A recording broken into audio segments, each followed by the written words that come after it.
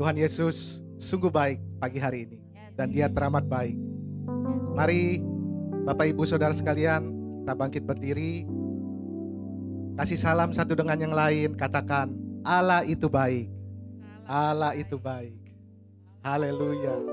Haleluya. Haleluya.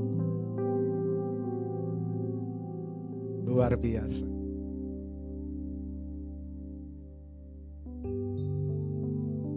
Biarlah pagi hari ini saya mengucapkan untuk kita semua Shalom, damai sejahtera dan kemenangan di dalam Tuhan Yesus. Amin. Beri kemuliaan buat Tuhan. Haleluya. Mari kita satukan hati kita mau memuji Tuhan. Kita berdoa untuk setiap kebaikan Tuhan. Haleluya. Allah itu baik, amin. Allah itu baik, sungguh baik bagiku. Ditunjukkannya kasih setianya yang menyediakan yang ku perlukan, menyatakan kebaikan, menyatakan kebaikan, menyatakan kebaikannya padaku. Kasih setianya, kasih setianya tak pernah berubah, dulu, sekarang, dan selamanya. Ajaiblah kuasa dalam namanya, Yesusku luar biasa. Haleluya. Allah itu baik, sungguh baik bagiku. Ditunjukkannya kasih setianya yang menyediakan yang ku perlukan, menyatakan kebaikan, menyatakan kebaikan, menyatakan kebaikannya padaku. Kasih setianya, kasih setianya tak pernah berubah, dulu, sekarang, dan selamanya. Ajaiblah kuasa dalam namanya, Yesusku luar biasa. Sekali lagi, Allah itu baik. Allah itu baik, sungguh baik bagiku. Ditunjukkannya kasih setianya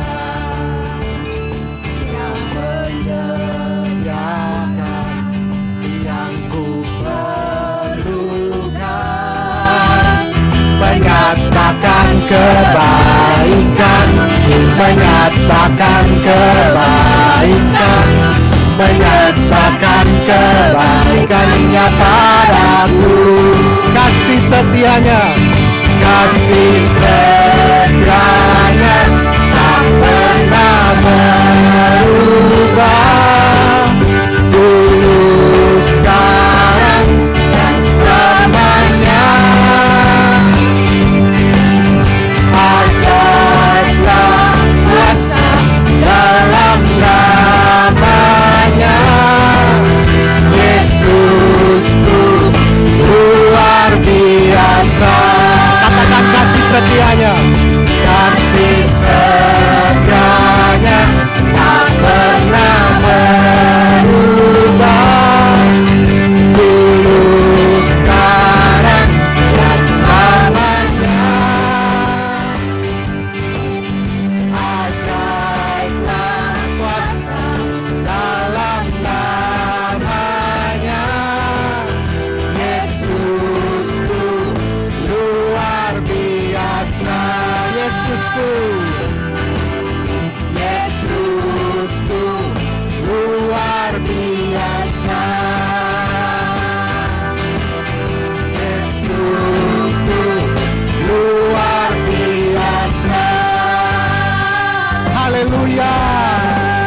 kemuliaan buat Tuhan.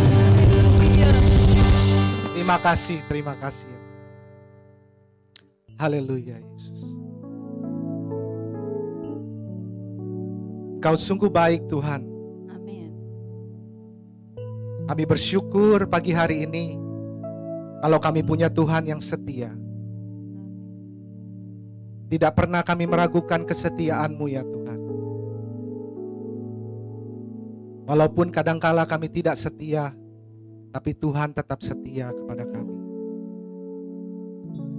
Untuk itu Tuhan pagi hari ini, kami yang boleh hadir, kami mau menaikkan ucapan syukur Tuhan kepada Engkau.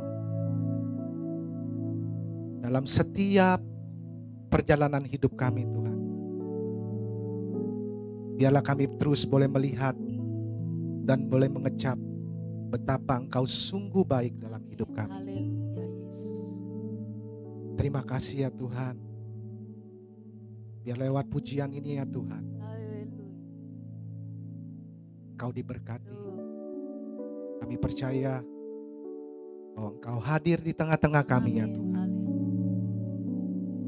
Dimanapun saudara-saudara kami yang ada di rumah Tuhan, bahwa hadirat Tuhan, kuasa Tuhan tidak terbatas. Amin. Engkau sanggup melawat setiap kami ya. Amin. Terima kasih ya Bapa. Haleluya Yesus. Thank you Lord Jesus. Inilah ucapan syukur kami Tuhan karena kebaikan-Mu ya Tuhan.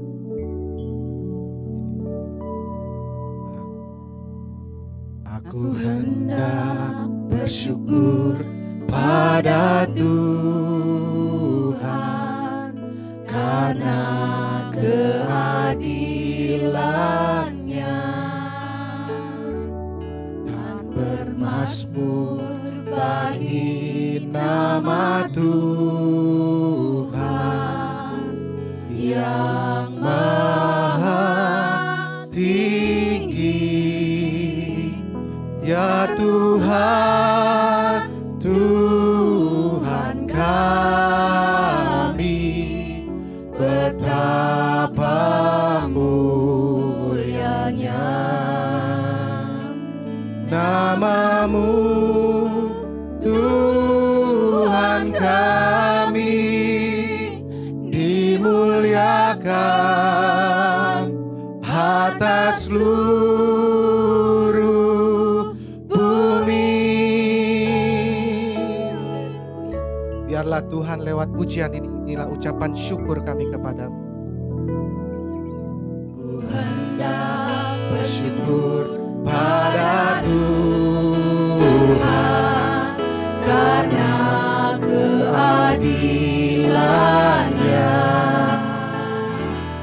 dan bermasmur bagi nama Tuhan yang maha tinggi.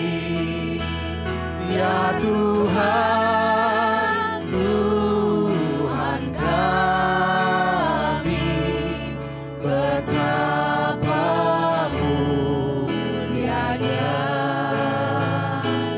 nama-Mu, Tuhan kami, dimuliakan atas seluruh bumi. Ya Tuhan, ya Tuhan, Tuhan kami, betapa mulianya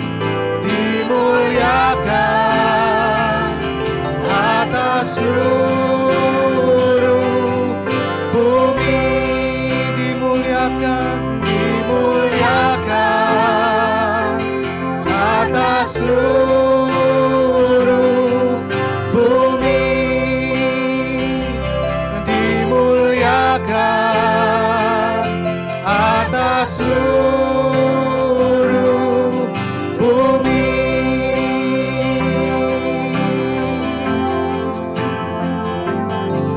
Haleluya.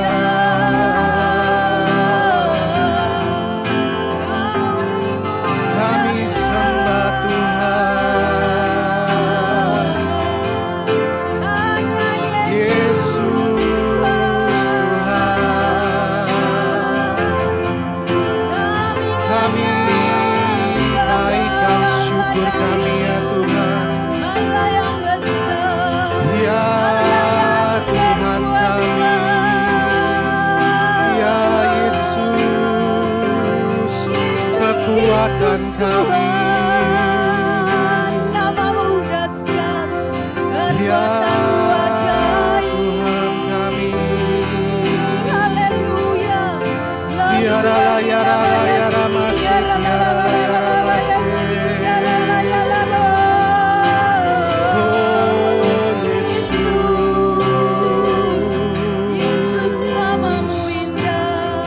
kami mau bermasmur bagimu Tuhan, selama kami ada, selama kami hidup. Ya Rala, ya Ramasik, ya Rala, ya Rala, ya Rala. Ya Rala, ya Rala, ya Ramasik, ya Rala, ya Masik, ya. Ya Rala, ya Rala, ya Ramasik. Teki ya Rala, ya Rala, ya. Sheki ya Rala, ya Rala. Engkau yang termulia Tuhan. Teki ya. Kemuliaan bagimu di tempat maha tinggi. Kemuliaan bagimu di tempat maha tinggi. Kemuliaan, kemuliaan bagimu di tempat maha tinggi.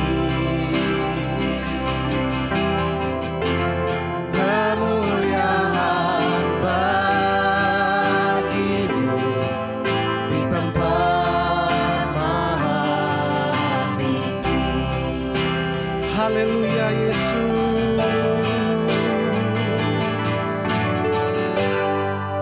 Kemuliaan bagimu di tempat maha tinggi.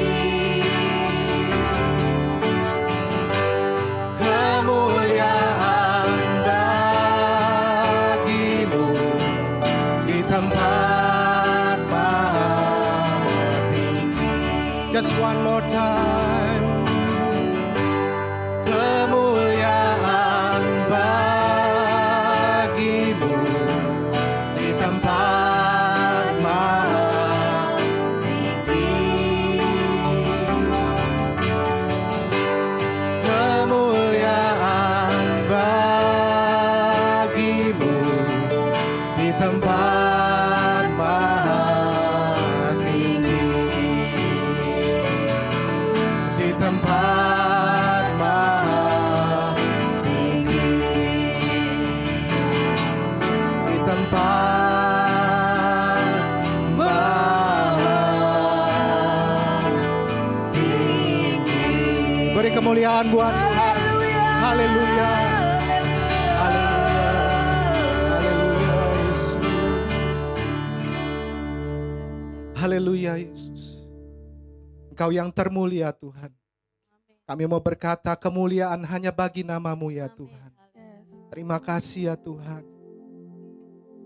Kami menyembah kepada Tuhan yang benar. Kami menyembah kepada Tuhan yang besar. Tuhan yang punya segalanya. Kami bersyukur kalau kami Tuhan diberikan setiap kesempatan dalam kehidupan kami untuk memuliakan Engkau Tuhan. Terima kasih ya Tuhan. Kami percaya Tuhan, Di saat kami boleh menyembah-Mu Tuhan, mujizat-Mu tetap ada Tuhan. Amin. Haleluya. Engkau tidak pernah berubah dahulu, sekarang, sampai selamanya Amin. Tuhan. Terima kasih ya Tuhan. Haleluya Yesus. Biarlah ini menjadi penyembahan kami ya Tuhan. Engkau Tuhan yang baik, sungguh baik dalam hidup kami.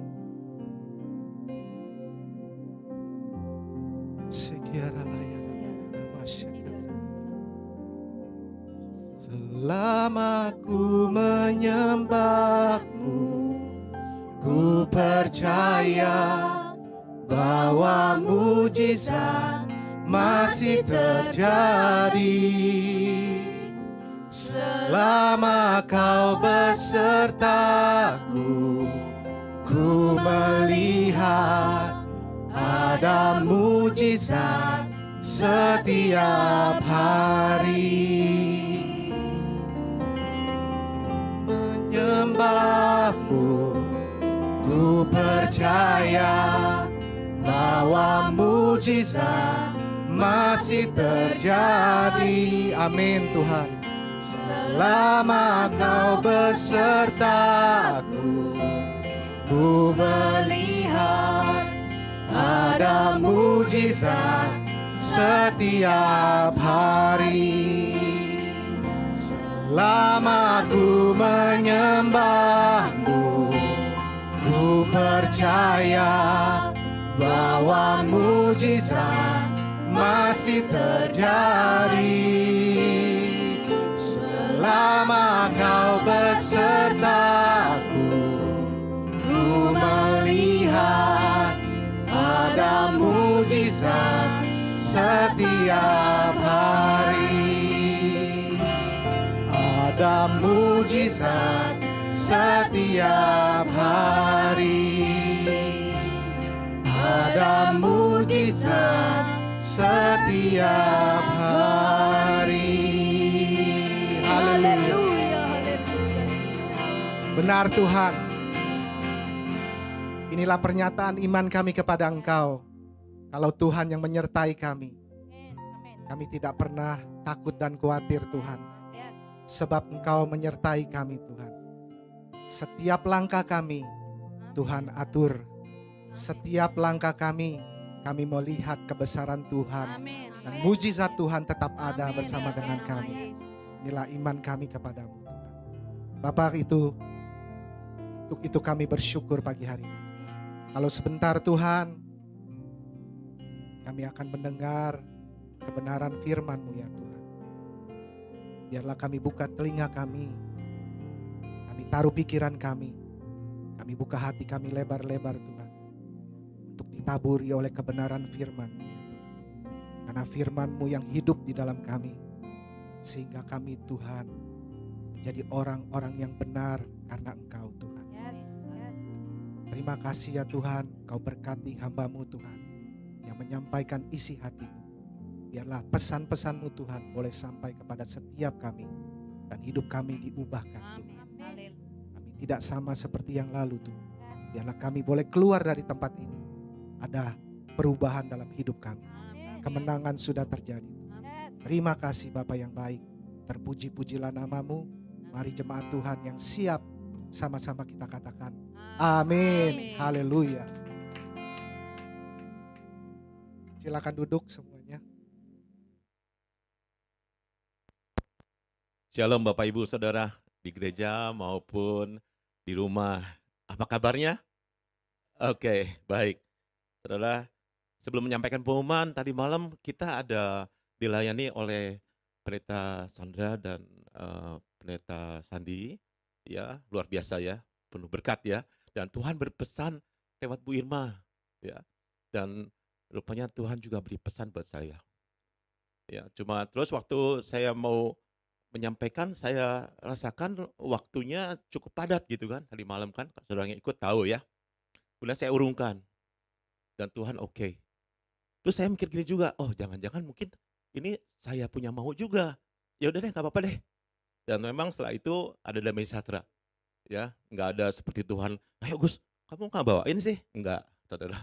Tadi pagi pas bangun tidur setengah 7, saudara, Tuhan ingetin, Gus, inget gak pesanku tadi malam? Sampaikan pagi ini. Oh, saya bilang, oke Tuhan, whatever you say, I'll do it. Karena saya tahu, Mas Tuhan pasti baik untuk gereja kita, amin saudara. Pagi ini, siapa yang udah siap dilayani hambanya?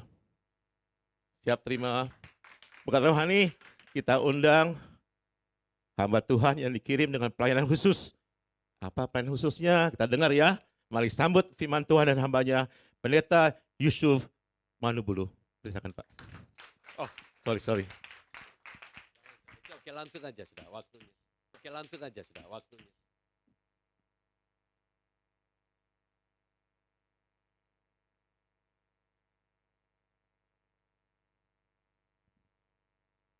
Selamat pagi. Ya.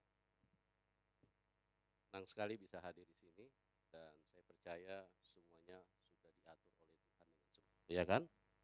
Jadi semua itu sudah diatur dengan sempurna.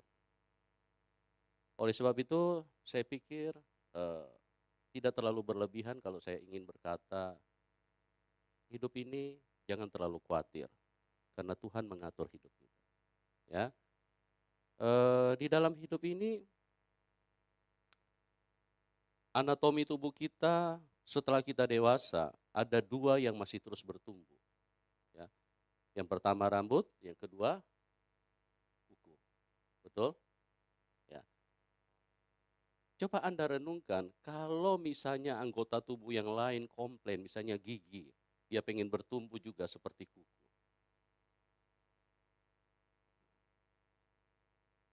Itu sudah dalam kesempurnaan Tuhan. Makanya mungkin orang berkata, oh kebetulan, enggak. Orang yang berkata kebetulan itu orang yang tidak mengenal Tuhan. Tapi kalau kita benar-benar dekat dengan Tuhan, semuanya sudah diatur. Saya bisa komunikasi dengan Pak Sam, itu sudah diatur oleh Tuhan. Bukan karena beliau membuka ruang untuk bisa saya berkhotbah di sini, tidak. Itu semua sudah diatur Tuhan, Bapak Ibu. Ya, puji Tuhan dan saya percaya kita semua. Ya.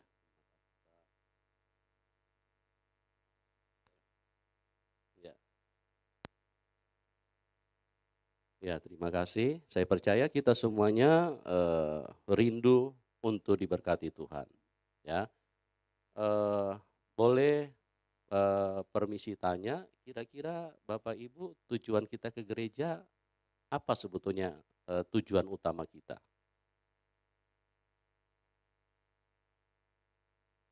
Kita kan harus punya tujuan Bapak Ibu, ya kan? Kita sekolah kita punya tujuan, kita berkeluarga kita punya tujuan, kita punya anak kita punya tujuan. Kita punya tujuan, tidak mungkin kita, wah pokoknya saya pengen ke gereja aja. Tidak mungkin kita hanya sekedar menjadi orang beragama, tapi pasti kita punya tujuan. Kira-kira apa tujuan Bapak Ibu datang ke gereja? Ya, satu menjadi orang yang lebih baik. Ada yang lain Bapak Ibu? Ada yang lain? Ya, worship God together, menyembah Tuhan bersama-sama. Ya. Oke, saya langsung saja. Tujuan kita datang ke gereja sebetulnya sangat jelas bahwa kita ingin masuk surga. Ya. Karena kita tahu bahwa hidup kita di dunia ini hanya sementara. Firman Tuhan berkata bahwa hidup di dunia ini hanya 70-80 tahun. Itu pun kalau kesampaian. Banyak yang 50 tahun sudah pass away, sudah lewat. Banyak yang masih 30 tahun juga sudah lewat. Nah, oleh sebab itu di dalam hidup ini kita perlu mempersiapkan diri kita dengan sungguh-sungguh. Kita mau ketemu Tuhan, Bapak Ibu. Tentu Tuhan itu punya standar. Dia pribadi yang sangat kudus. Kita mau sekolah, kita harus persiapan dulu. Kita mau kawin, kita harus persiapan dulu. Kita mau makan juga kita harus persiapan dulu. Tidak bisa begitu mau makan, makanan langsung muncul, enggak. Kita harus ke pasar dulu. Kita harus ke market dulu, kita beli, baru kemudian diolah dulu. Setelah selesai diolah, baru kita bisa makan. Kita mau datang ke sini, kita juga harus persiapan dulu. Tidak mungkin begitu kerinduan, terus kita tiba-tiba ada di sini. Harus ada persiapan, Bapak Ibu. Nah, begitu juga kita mau ketemu Tuhan, kita harus punya persiapan. Kita harus punya persiapan. Ya. Saya mau beritahu kepada kita, tolong saya dimaafkan kalau mungkin pada kesempatan ini saya bicara agak keras, ya. Tolong saya minta saya dimaafkan karena saya rindu satu saat nanti kita semua layak di hadapan Tuhan. Saya rindu Bapak Ibu untuk kita bersama-sama, karena Tuhan pernah berkata mengingatkan kita di dalam Matius 7 ayat 21 sampai 23. Bukan semua orang yang berseru Tuhan, Tuhan akan masuk dalam kerajaan. Banyak orang yang bernubuat. Mereka berkata, kami telah bernubuat demi nama-Mu. Tapi apa kata Tuhan? Aku tidak mengenal kamu. Enyah engkau. Orang yang bernubuat itu adalah orang yang kelas nabi. Orang yang pernah dipakai Tuhan luar biasa. Tapi Tuhan berkata, aku enggak kenal. Karena apa? Karena tidak layak di hadapan Tuhan. Ada yang berkata, kami telah berbuat mujizat. Kami telah menyembuhkan orang. Ini penginjil besar. Tapi Tuhan berkata, enyah, karena aku tidak mengenal engkau. Nah, jadi mohon maaf sekali lagi, mohon maaf Bapak Ibu kalau saat ini agak keras ya. Kita harus punya persiapan. Kita harus, Tuhan itu punya standar. Kita mau pilih pasangan, kita harus punya standar. Sesuai kriteria kita. Tidak bisa ditawarkan orang terus kita ini. Tidak bisa. Harus sesuai dengan standarnya Tuhan. Kami telah berbuat mujizat demi nama-Mu. Tuhan bilang, enyah kamu, aku tidak kenal kamu. Nah, Bapak Ibu, saya ingin berkata, ada satu hal yang tidak menjadi fokus daripada gereja. Saya tidak tahu apakah tidak mengerti atau karena memang tipu daya setan ini sangat luar biasa. Kelicikan dan kejahatannya ini sangat luar biasa.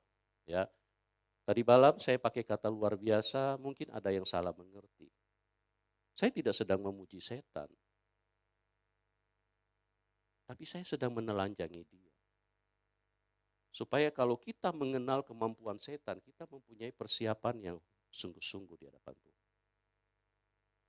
Mungkin Anda pernah dengar ada satu peristiwa yang namanya Azusa Street. Ya. Itu tahun 1906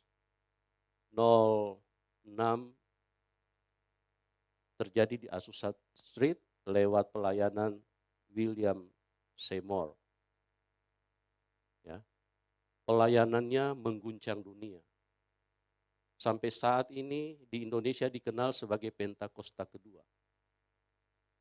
Orang kalau mau mendekati tempat ibadah itu, dari jarak 3 kilometer, mereka sudah harus pegang dinding. Karena urapan Tuhan yang begitu kuat. Mereka tidak sanggup mendekati tempat ibadah. Mereka bisa rebah.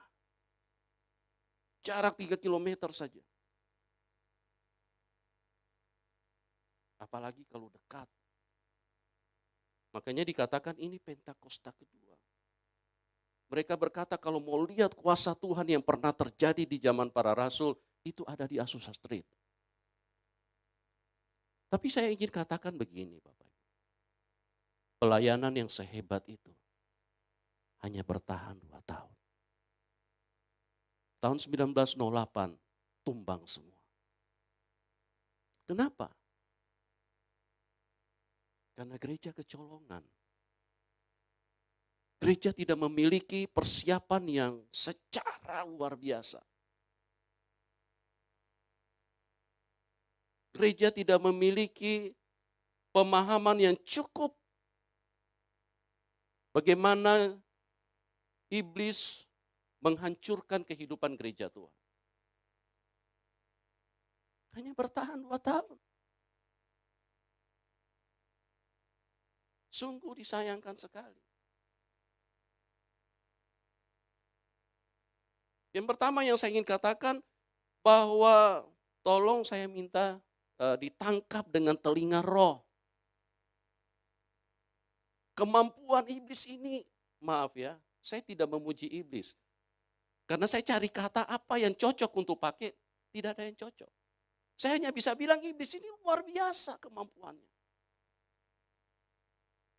Walaupun dia tidak maha kuasa. Tolong dimaafkan kalau saya pakai kata itu mungkin tidak cocok dengan telinga Anda. Dia punya kemampuan luar biasa Bapak Ibu. Gereja Tuhan, para rasul, cuma bertahan 1 abad. Begitu para rasul mati, mereka pulang ke surga, gereja tidur semua. Kenapa bisa begitu?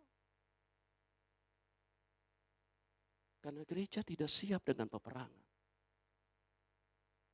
Makanya di perjanjian lama itu ada yang namanya kitab raja-raja. Ya, setiap hari mereka berperang. Mulai dari surat kitab Samuel.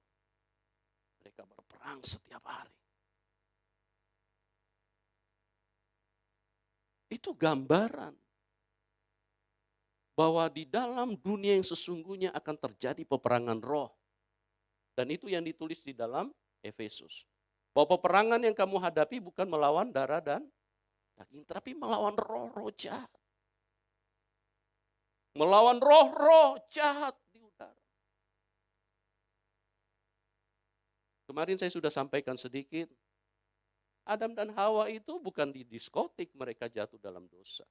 Mereka tidak pernah kenal dosa.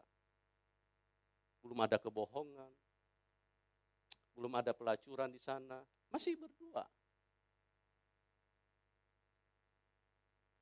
Dan mereka hidup di hadirat Tuhan, di Taman Eden. Setiap hari mereka bersekutu dengan Tuhan. Hari-hari menyembah Tuhan. Dan mereka mendengar suara Tuhan secara audible, berhadapan muka dengan Tuhan. Dan yang jadi pengkhotbah itu Tuhan sendiri, bukan kelas pendeta Bapak Ibu. No, bukan pendeta. Tuhan sendiri yang berkhotbah di depan mereka. Makanya sekali lagi tolong dimaafkan kalau saya pakai kata ini tidak cocok buat Anda. Iblis punya kemampuan, jangan diragukan. Jangan Anda ragukan. Saya beritahu ini supaya apa? Supaya kita gereja mempunyai persiapan yang sungguh-sungguh. Karena kita semua rindu pulang ke surga Bapak Ibu. Jangan sampai nanti waktu kita ketemu Tuhan, Tuhan bilang, aku tidak kenal kamu. Ini yang harus diwaspadai. Ada satu tokoh Alkitab yang bernama William Branham. Dia termasuk 12 jenderal Allah yang ditulis oleh Robert Yardon. Orang berkata kalau mau lihat Tuhan Yesus, lihat William Branham. Berapa banyak orang yang mati, bangkit lewat tumpang tangannya William Branham. Luar biasa dipakai Tuhan. Di akhir hidupnya, dia berkata, neraka tidak ada.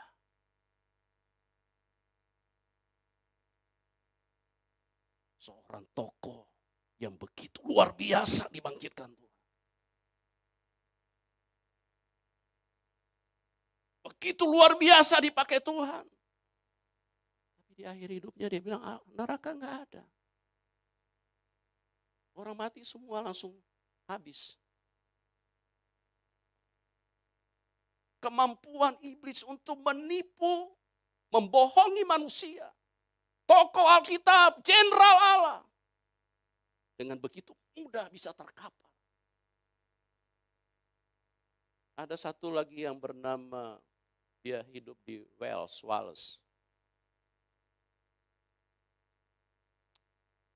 Luar biasa dipakai Tuhan.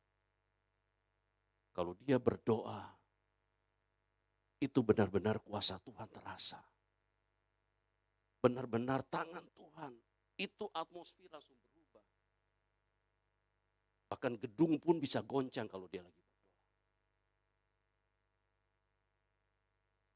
Terakhir, di akhir hidupnya dia berkata apa?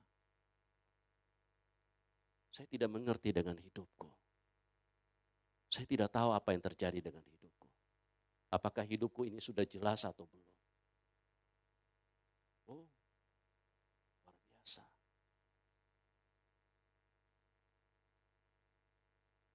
Banyak lagi kalau saya mau cerita, Bapak. Dulu hamba Tuhan dipakai luar biasa. Tiba-tiba udah terkapar.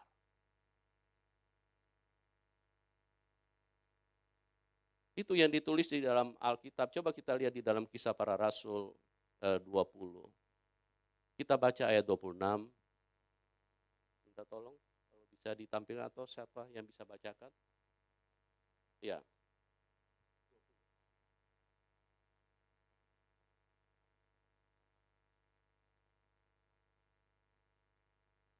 Mungkin ada yang bisa duluan bacakan.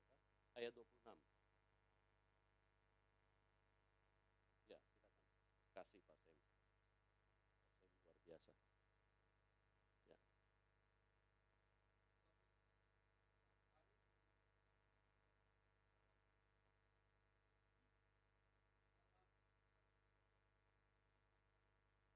Iya, ini Rasul Paulus. Terus Pak.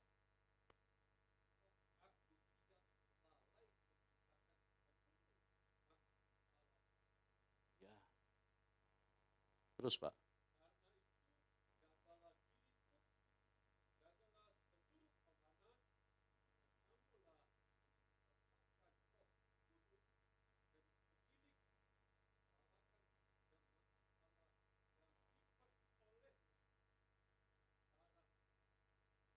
Iya, terus Pak. Sampai ayat 33.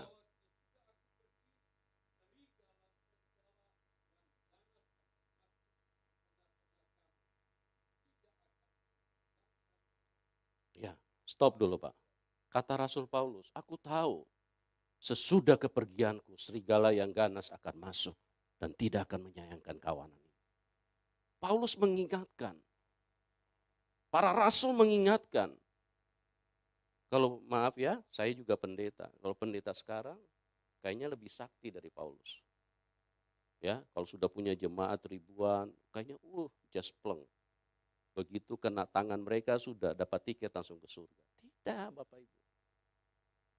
Rasul Paulus mengingatkan kepada jemaat Tuhan, aku tahu sesudah kepergianku serigala yang ganas akan masuk dan tidak akan menyayangkan kawanan ini. Paulus tidak pernah memberikan jaminan, kalau kamu sudah kutumpan tangan, maka sudah dapat tiket 50% untuk ke surga. Tidak. Terus Pak.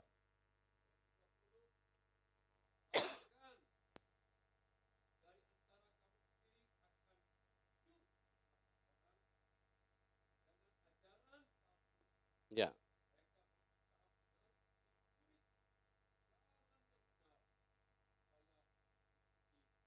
Dari antara kamu yang dibimbing, diajarkan oleh Paulus langsung loh. Paulus rasul besar. Diajarkan kepada jemaat. Apa dikatakan ayat 30, bahkan dari antara kamu sendiri akan muncul beberapa orang. Kalau kita tidak punya persiapan yang sungguh-sungguh, mohon maaf ya Bapak Ibu ya, Anda tidak mungkin selamat. Tidak mungkin. Saya tidak membawa janji manis, tapi saya sedang bicara kebenaran. Kalau Anda tidak punya persiapan sungguh-sungguh, Anda tidak mungkin bisa selamat. Terus Pak.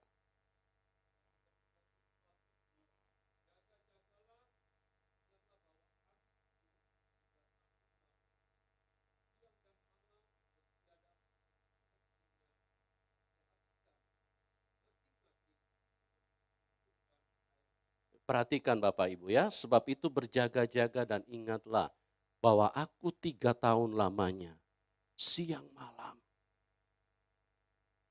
Ini firman, ini kebenaran Bapak Ibu. Kalau ditulis siang malam, itu benar-benar siang malam.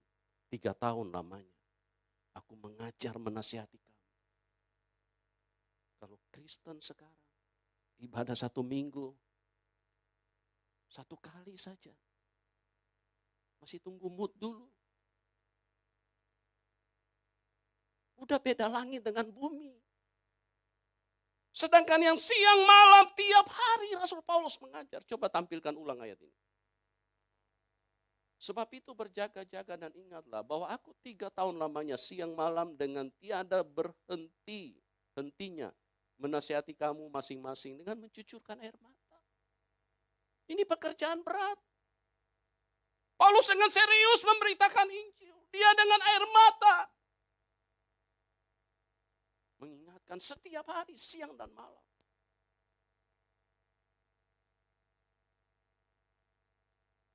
Sekali lagi tolong saya dimaafkan. Kalau kita tidak berubah, kalau kita tidak sesuai dengan standarnya Tuhan, maaf ya, tidak mungkin Anda bisa ketemu Tuhan. Saya berjuang mati-matian. Setiap hari berjam-jam saya berlutut di hadapan Tuhan. Tuhan pegang saya. Dengan air mata. Setiap hari saya menyembah Tuhan. Tidak ada hari tanpa menyembah. Saya tidak bisa hidup tanpa Tuhan. Pertarungan, peperangan dengan roh-roh jahat ini tidak main-main Bapak Ibu. Bangkit dan jadilah manusia roh. Jangan sia-siakan hidupmu. Hidup ini singkat sekali Bapak Ibu. Singkat sekali.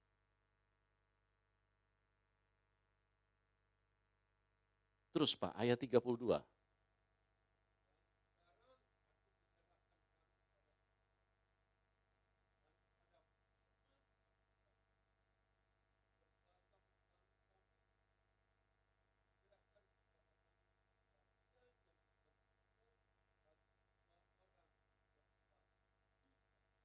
Tiga Pak.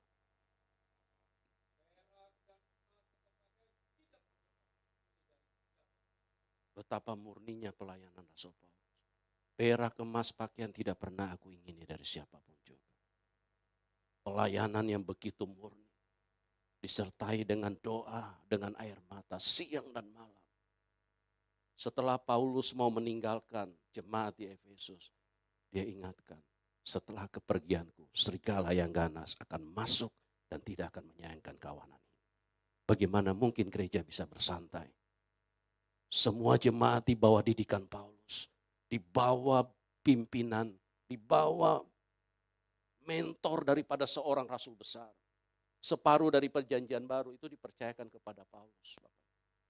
Ini rasul besar yang muncul di sepanjang sejarah. Ini rasul terbesar. Petrus juga mengingatkan sama. Dua rasul besar. Petrus bilang, iblis seperti singa yang mengaum-ngaum.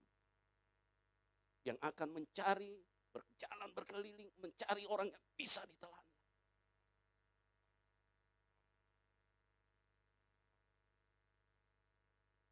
Nah, saya mau bilang, kita ke Galatia 2 ayat 11 sampai 14.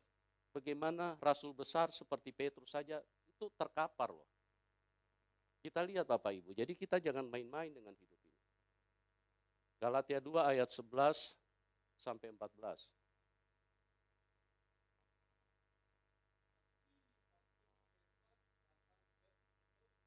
Ya. Ya, sebentar Pak. Salah. Oke. Tahu Kefas ini siapa, Bapak Ibu? Siapa Kefas? Kefas ini Petrus. Rasul besar. Yang kalau dia lewat, itu bayangannya saja bisa menyembuhkan orang. Tapi satu ketika pada saat dia tidak berjaga-jaga, dia jatuh di dalam dosa. Kita lihat ayat 12.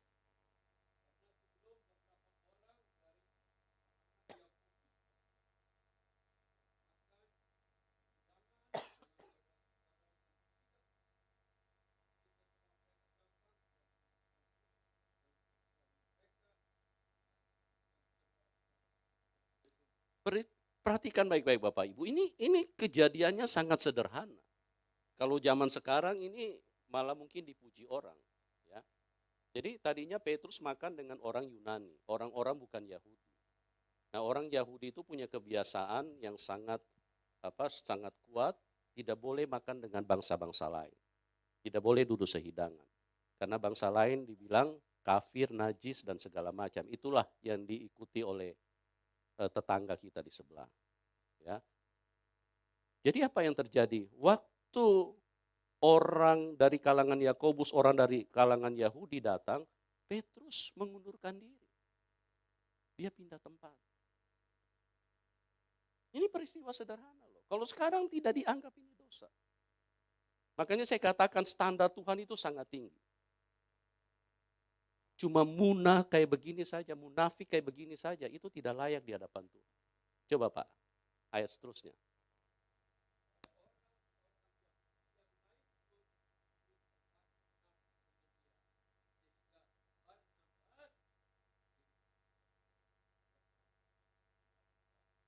Ya. Petrus munafik, dia ketakutan dengan orang Yahudi. Dia pindah tempat. Dan apa yang terjadi? Itu tidak berkenan kepada Tuhan. Paulus orang yang diurapi Tuhan pada saat itu dengan keras dia menegur Petrus. Ayat 14 Pak.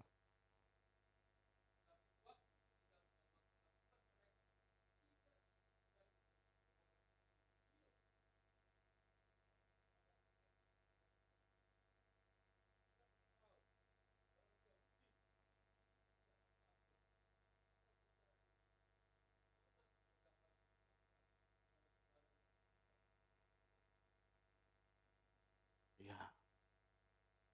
Paulus berkata kepada Petrus, kalau engkau seorang penginjil, tapi engkau tidak hidup seperti Injil itu, engkau tidak layak.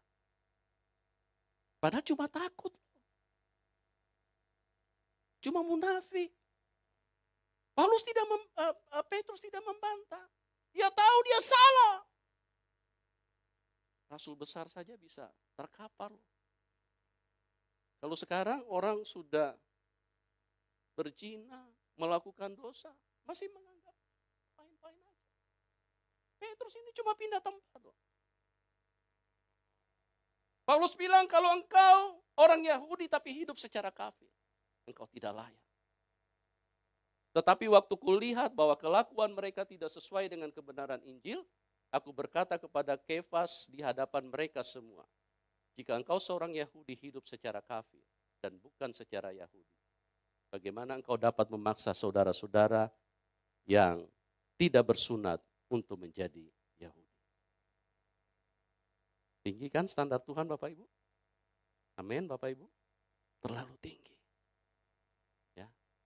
Kalau sekarang sudah buat dosa, masih nggak apa-apa. Jadi jangan anggap enteng loh. Jangan anggap enteng. Kekudusan Tuhan itu sangat tinggi.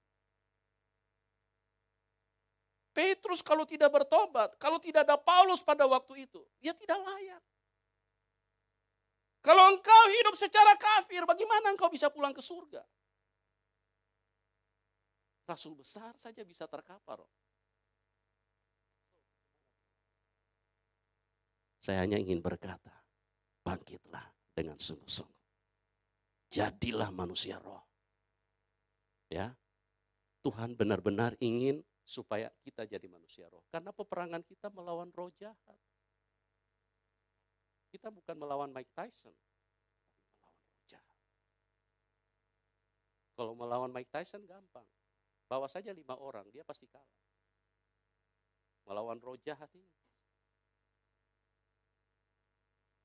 Kalau kita tidak menjadi manusia roh, kita tidak mungkin bisa menang. Ya, kita harus jadi manusia roh. Kita harus jadi manusia roh. Allah itu roh. Satu ketika bangsa Israel juga kecolongan. Mereka pikir bahwa Tuhan itu ingin membangun kerajaan seperti Daud dulu. Kerajaan secara daging.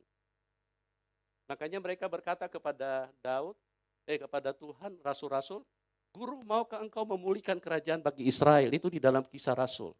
Kisah Rasul pertama, Anda bisa temukan di dalam ayat 4, 5, dan seterusnya. Tapi apa kata Tuhan? Engkau tidak perlu tahu pada saat mana, tapi kalau Roh Kudus turun ke atas kamu, kamu akan beroleh kuasa. Ya, artinya Tuhan ingin bicara bahwa Dia datang membangun kerajaan roh, bukan kerajaan daging. Ya, kita harus jadi manusia roh, tidak boleh menjadi manusia daging. Ya, saya mau katakan begini, Bapak Ibu. Kita semua ingin masuk surga, kan? Permisi nih. Ini kalau saya jatuhkan mana?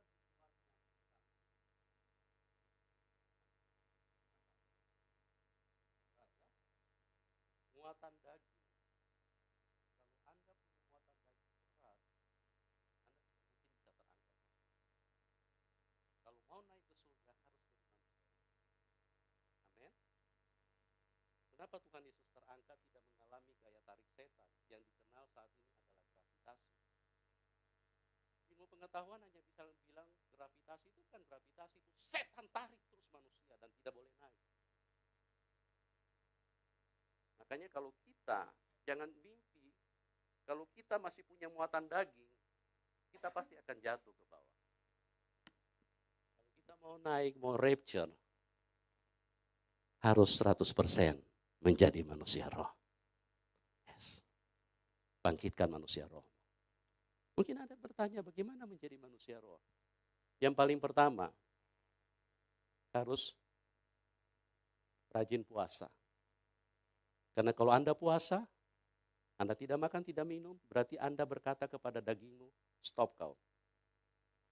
Karena kalau kita makan minum, kita membangun daging kita. Banyak gereja menganggap puasa tidak penting. Oh sorry. Tuhan Yesus sebelum memulai pekerjaan, dia puasa berapa hari? 40 hari. Nah gereja ini ikut siapa sih sebetulnya? Ikut Tuhan apa ikut siapa? Kita ini cuma terpanggil membangun kerajaan daging terus.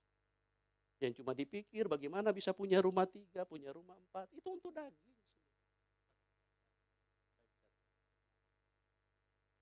Bisa punya mobil 3, 4, 5, itu keinginan daging semua.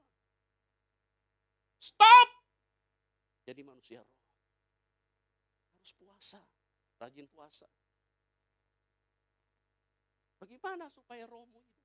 Kehidupan ini antara roh dan daging. Kalau rohmu tidak bertumbuh, dagingmu kuat. Kalau rohmu kuat, dagingmu mati. Untuk menghidupkan roh, dagingmu harus dimatikan. Bagaimana caranya? Sederhana kok. Rajin puasa. Itu langkah yang pertama. Tidak boleh ditawar. Kalau Anda mau tawar, tawar sama Tuhan. Mati dagingmu. Semakin banyak Anda puasa, semakin mati dagingmu. Kalau Anda tidak percaya, coba. Kalau Anda mulai puasa, Anda semakin terhubung dengan Tuhan, semakin dekat. Anda punya iman akan bangkit karena Anda manusia roh. Tapi kalau Anda tidak manusia roh, ada masalah apa sedikit aja ketakutan. Yang kedua, rajin menyembah. Ya, karena Allah itu roh. Barang siapa menyembah Dia harus menyembah di dalam roh dan kebenaran. Kalau mau menyembah Tuhan, bukan karena suaramu bagus. Mau suaramu fals juga, gak masalah.